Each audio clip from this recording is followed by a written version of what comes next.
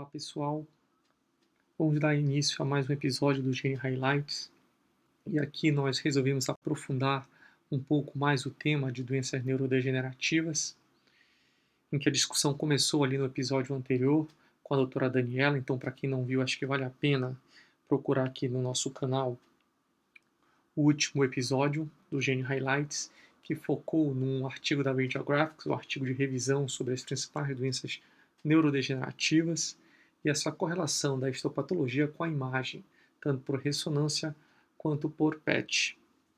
Hoje, selecionamos esse artigo da Brain de 2016 que fala sobre uma doença mais específica e mais rara no nosso meio, que é a doença de inclusão intranuclear neuronal. Foi um artigo publicado, como já dito pela Brain, por um grupo do Japão, de Nagoya, que vai falar sobre a doença de inclusão intranuclear neuronal. Então, os autores começam definindo ela ser uma doença neurodegenerativa caracterizada por inclusões intranucleares eosinofílicas hialinas, tanto em células do sistema nervoso central quanto do sistema nervoso periférico e autonômico. E vamos ver também que atingindo também outros órgãos.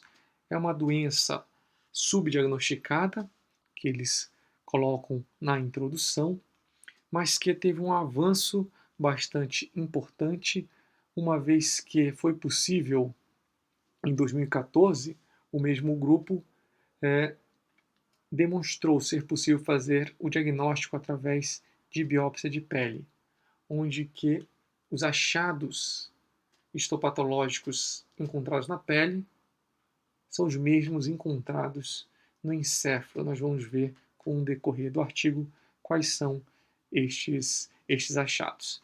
E além disso, e aqui muito importante para nós neuroradiologistas, um sinal muito específico, obviamente não patognomônico, mas muito específico e que é muito comentado, que é o achado observado nesses pacientes na sequência de difusão por ressonância magnética. Então, esta doença atinge principalmente pacientes adultos, conhecidamente com uma síndrome demencial por uma leucoencefalopatia. Pode ser tanto uma doença de origem esporádica quanto familiar. Então, no material e métodos, são justamente esses dois grupos de doentes, tanto um grupo de 6 famílias, com um total de 15 pacientes acometidos, e outro grupo de pacientes esporádicos, e também foi incluído um terceiro grupo, grupo controle, apenas para demonstrar que esses achados observados na doença não ocorrem na população em geral. Através da biópsia de pele, os achados patológicos, eles foram descritos e serão descritos aqui. Através de uma coloração específica, é possível observar esses anticorpos anti-P62 e anti-ubiquitina, que são característicos dessas inclusões intranucleares eosinofílicas. Então, naquele grupo de pacientes, sejam eles familiares ou esporádicos, foi realizado em alguns destes apenas biópsias de pele, em outros também achado de autópsia, e o que se identificou nos casos que foi possível fazer autópsia é que essas inclusões intranucleares elas estão presentes de forma muito vasta no sistema nervoso central, tanto no córtex, nos neurônios, quanto nas células dos astrócitos, sendo observados no córtex, núcleo da base, no tronco, na medula espinal e também no sistema periférico e sistema somático, assim como, obviamente, na pele. Então, são inclusões arredondadas de 1 a 1,5 micrômetros, ubiquitina positivas e P62 positivas. E um achado que já tinha sido descrito pelo mesmo grupo, mas que foi corroborado no presente estudo, foi que a biópsia de pele demonstrou estas mesmas alterações observadas no encéfalo nesses pacientes, seja nos adipócitos, nos fibroblastos ou nas glândulas sebáceas da pele. Os achados não foram diferentes naquele grupo esporádico de doença esporádica como aquele grupo de doença familiar.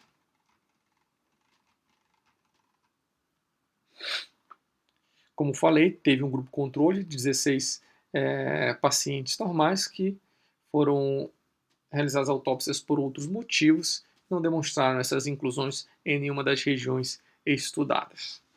Então aqui ele dividiu posteriormente os resultados das manifestações clínicas e manifestações de imagens nos dois grupos, esporádicos e familiares. A gente vai ver por que mais para frente foi necessária essa divisão. O que pode se constatar, que foi descrito que as manifestações clínicas nos pacientes com doença esporádica ocorreram já numa idade mais avançada, entre 51 e 76 anos, e predominantemente, como já era conhecido, uma demência, síndrome demencial. Em alguns casos, com uma alteração do humor. Em alguns outros casos, e aqui muito interessante, com achados de encefalite, tanto achados clínicos como febre, dor de cabeça, vômito e alteração na consciência, como inclusive alguns achados de imagem. Então, passando aqui para os achados de imagem, e que vão ser semelhantes nos dois grupos, o que é muito importante conhecer é que são uma doença que compromete predominantemente a substância branca das regiões frontais. Então, com alto sinal, em T2 e FLE, esses três primeiros são grupos, são pacientes do grupo esporádico, esses dois primeiros do grupo esporádico, esses dois últimos aqui do grupo familiar. A gente vê que não tem muitas alterações na imagem, as alterações na imagem não tem muita diferença dessas alterações, são bastante semelhantes. Comprometimento da região frontal, no FLE e no T2 com alto sinal, mas o que chama a atenção e o que nós temos que gravar, que foi o que os autores reafirmam em todas as fases do artigo, é esse hipersinal na difusão na junção córtico-medular. E não presente apenas em pacientes como nesse primeiro aqui, em que é uma alteração muito importante da substância branca frontal e que tem essa linha córtico-medular de restrição à difusão, mas também naqueles pacientes com uma alteração mais incipiente no T2 e no FLE, também já há um hipersinal na difusão bastante evidente. Então, sendo o achado mais importante, o achado radiológico mais importante dessa doença. E nesse paciente S25 aqui, do grupo esporádico, a gente vê que tem essa alteração na difusão, mas é um paciente que tinha um quadro de encefalite aguda. E que por imagem também demonstrava uma alteração mais diferente dos outros casos, mas que estava relacionado com a encefalite, que é um edema e uma impregnação giriforme aqui na região frontotemporal esquerda. Então, aqueles pacientes com encefalite podem apresentar um quadro típico de encefalite por imagem, mas o mais importante é que eles vão ter sempre ou quase sempre essa alteração na difusão na região córtico-medular, predominando nas regiões frontais.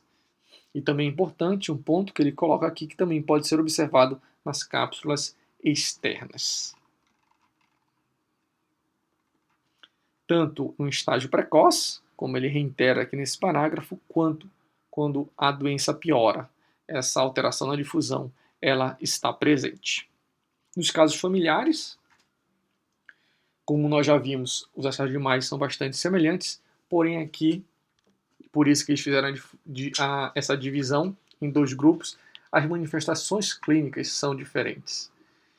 Então, da família de 1 a 3 e da família de 4 a 6, foram 6 famílias estudadas, as manifestações foram diferentes entre estas. Na família de 4 a 6, nesse grupo aqui, predominou a manifestação de demência, de leucoencefalopatia, porém, em algumas famílias predominava uma manifestação de fraqueza de membros e alterações sensoriais e autonômicas, como incontinência urinária. Então, muito interessante nós vermos esse gráfico, onde ele propõe a divisão em 2 subgrupos fenotípicos, um deles de demência, que ocorre e que os pacientes com doença esporádica apresentam, e aquele grupo do grupo familiar, que pode se apresentar quanto demência, quanto com um grupo de fraqueza predominante, e em alguns casos uma junção dessas duas sintomatologias. O que a gente consegue observar é que aqueles pacientes com demência, principalmente no grupo esporádico, têm uma idade mais avançada, aqui de 53 a 75 anos, de início da doença, quando comparado com aquele grupo de pacientes em que domina a fraqueza de membros, em que inicia-se a doença de 16 a 30 a 33 anos. Obviamente, a neuropatia predomina no grupo com fraqueza de membros, enquanto que a leucoencefalopatia predomina no grupo com demência, todos eles com mesmos achados de imagem e de histopatológico, a inclusão intranuclear. Na discussão, então, nada mais é do que reiterar e ratificar aquilo que foi encontrado nos resultados, então mostrando que pela histopatologia esse diagnóstico pode ser feito em vivo e não de uma forma tão difícil como uma biópsia cerebral, mas com uma biópsia da pele, que mostra essas inclusões intranucleares, ubiquitina positivas e P62 positivas, que obviamente podem ser encontradas em neurônios, astrócitos, células do nervoso periférico e células somáticas, inclusive a pele. Então, eles recomendam que a biópsia de pele pode ser um critério, os achados de biópsia de pele seriam um critério de diagnóstico maior para a doença de inclusão intranuclear neuronal.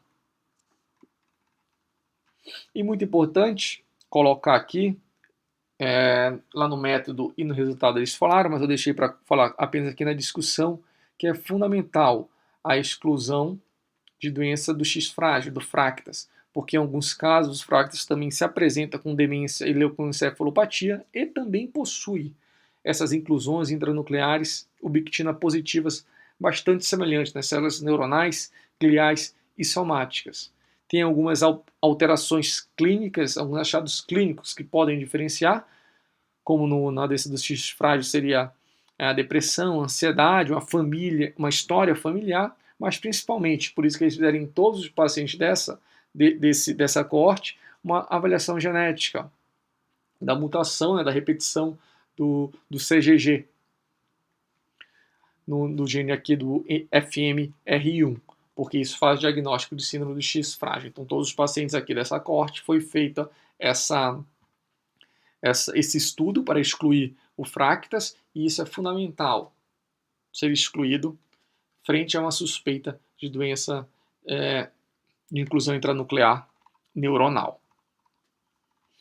E para finalizar, apenas uma revisão do que foi dito, visto as alterações clínico-patológicas e alterações fenotípicas de grupo e de imagem, ele propõe um algoritmo, um flowchart, que é bastante interessante. Então, naqueles pacientes com demência e que irão fazer os exames de imagem, tem todos aqueles achados que a Daniela falou da demência mais comum, mas se estivermos à frente deste alto sinal na difusão, na junção córtico-medular, é fundamental lembrarmos o diagnóstico de doença de inclusão intranuclear neuronal. Frente a estes achados, faz uma biópsia de pele para confirmação dos anticorpos anti-ubiquitina e anti-P62, lembrando sempre de excluir essa repetição aqui do CGG FMR1, que faria o diagnóstico de Fractas.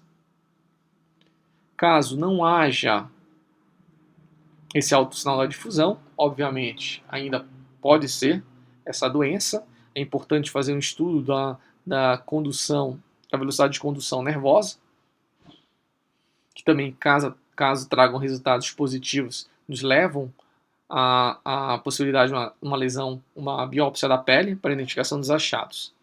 E novamente, naqueles pacientes em que predomina a fraqueza, também um estudo de condução de nervos para verificação de neuropatias sensório-motoras e autonômicas é fundamental.